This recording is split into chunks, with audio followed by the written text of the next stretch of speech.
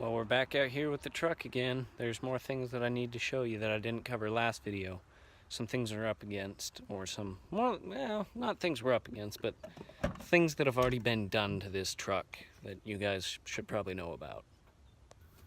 So we're gonna pop the hood real quick and I'll show you guys.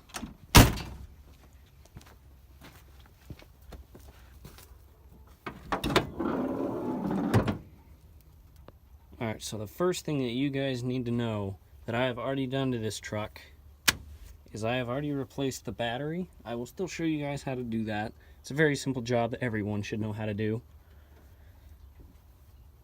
Washer fluid. This reservoir was broken when I hit the deer. I've replaced that. I'll probably still show you that too. This entire engine block is new. And the reason for that was because it was running more like a V6.5 instead of a V8 like it should be. It had a major head gasket leak, so there was a ton of coolant getting into cylinder 2. 2 is right down there. If you can see, there's the spark plug for it right there. It's probably too dark to see in there. And then cylinder 4 that's adjacent to it was completely dead. So I had no compression on that cylinder and about half compression on cylinder 4 actually. Sorry, I'm getting it mixed up. It's 2, 4, 6, 8. So 4 had the gasket leak and 6 was dead.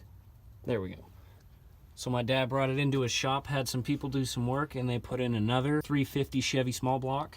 It's nothing different than what came out of it, except now it's actually V8. One thing is that this power steering line right here broke at one point and it spewed liquid all over. It probably fried the pump because every now and then when the engine gets warm enough, the steering gets really stiff. So I'll show you how to replace that. That'll be something else I do. Now let's move on to another part.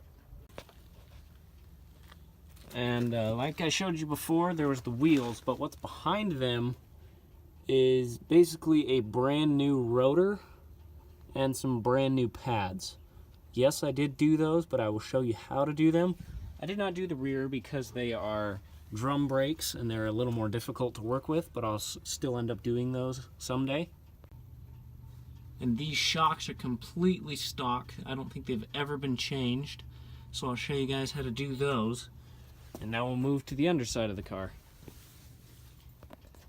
Alright, so the first thing I need you to notice upon getting under here is that that is not the stock 4L60 transmission. When my uncle had it before he gave it to my grandpa, he was using it as a high school truck, and you know high schoolers, we can be a little dumb sometimes. He drove the truck through a swamp and filled the transmission with water, so it chewed up all the interior parts. And so he swapped in what's a 700 R4, which is originally from Chevys of like 1988 to 1994, I think. Something else you need to notice is that this has an aluminum drive shaft now instead of the old steel one. And also that rear differential is, I'm pretty sure it's no longer a limited slip. I think it's an open. And that made it really hard for me replacing the U-joint. That went bad a little while ago. And the reason that made it so hard is because I had to buy 3 different types of U-joints and make a Frankenstein one to fit that in there. And then I had to grind parts of the drive shaft down in order to fit the grease zerk in there. Coming back out, this has a MagnaFlow glass pack exhaust on it, but it's only on like a 2-inch pipe, maybe a 1.5. It's not a very big pipe, but it does sound really nice. So I'll go show you that. Alright, we'll start it up. I always let the fuel pump prime. I'm weird like that. I'm pretty sure I need to replace that. It loses pressure really quick. So I'm going to go in here and rev it up real quick, just so you guys can hear. Hopefully you can still hear it through inside the cab.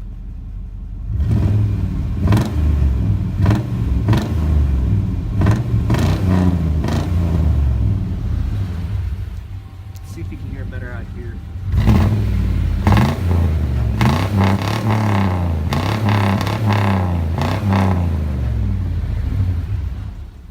So that was my uncle's edition because he's a high schooler. He likes trucks to be loud, and I love that sound, so I don't think I'm ever gonna change that exhaust pipe. It sounds too amazing for me. I love that sound. All right, so now I've come around on the passenger side. I'm gonna tuck back under again. And I just barely got home from school, so this exhaust system is really hot, so I'm not gonna touch it. It's not very smart to do that. So if you look, it comes out that side of the heads and this side of the heads. For a while I was actually considering doing open heads just for fun, but I actually heard one of these trucks with open heads and I don't like the sound. Here I have two high-flow MagnaFlow catalytic inverters. They're basically straight through. I would show you, but that would require me taking them off, and I don't feel like doing that. They run back to there. Those are my glass packs right there. And that's what gave it that nice raspy and throaty sound that you were hearing. And then you notice there's absolutely no muffler, which makes it kind of nice. After that, they send out, one comes up. This comes up and over the rear axle and out this side, and then this one goes up and wrenches over there and goes out, and it comes out the other side. So I actually have a dual pipe setup now instead of the single one that was on that side. I love the look from the back, how I have the dual exhaust pipes hanging down. This is just my favorite truck in the whole world. I can't think of me driving anything else. And real quick before I go, I'm probably gonna, my first video is gonna be about interior maintenance, detailing, stuff like that. The products I like to use. I have some techniques that I have found over my several years of doing this, and I'm sure that some of you have your really good techniques. So if you guys have any techniques that you really like that I didn't use, feel free to leave them in the comments section. As I have showed you in previous videos, I try to keep the interior of this truck really nice. I don't like dirty interiors. I hate the look. It's a car you're going to be driving every day, so why don't you treat it the way that it should be treated? And maybe you guys can give me some recommendations, because like I told you numerous times, I am not a professional. I do this for the learning experience and so that you guys can learn from me. So when that video hits the channel, I'll be sure to leave all my products in the description of the video, and so you guys can find them if you like the results you see. But that's all I got for you guys today. So if you enjoyed this video, another quick orientation of the project truck, hit the like button, subscribe if you're excited. I'll talk to you guys soon.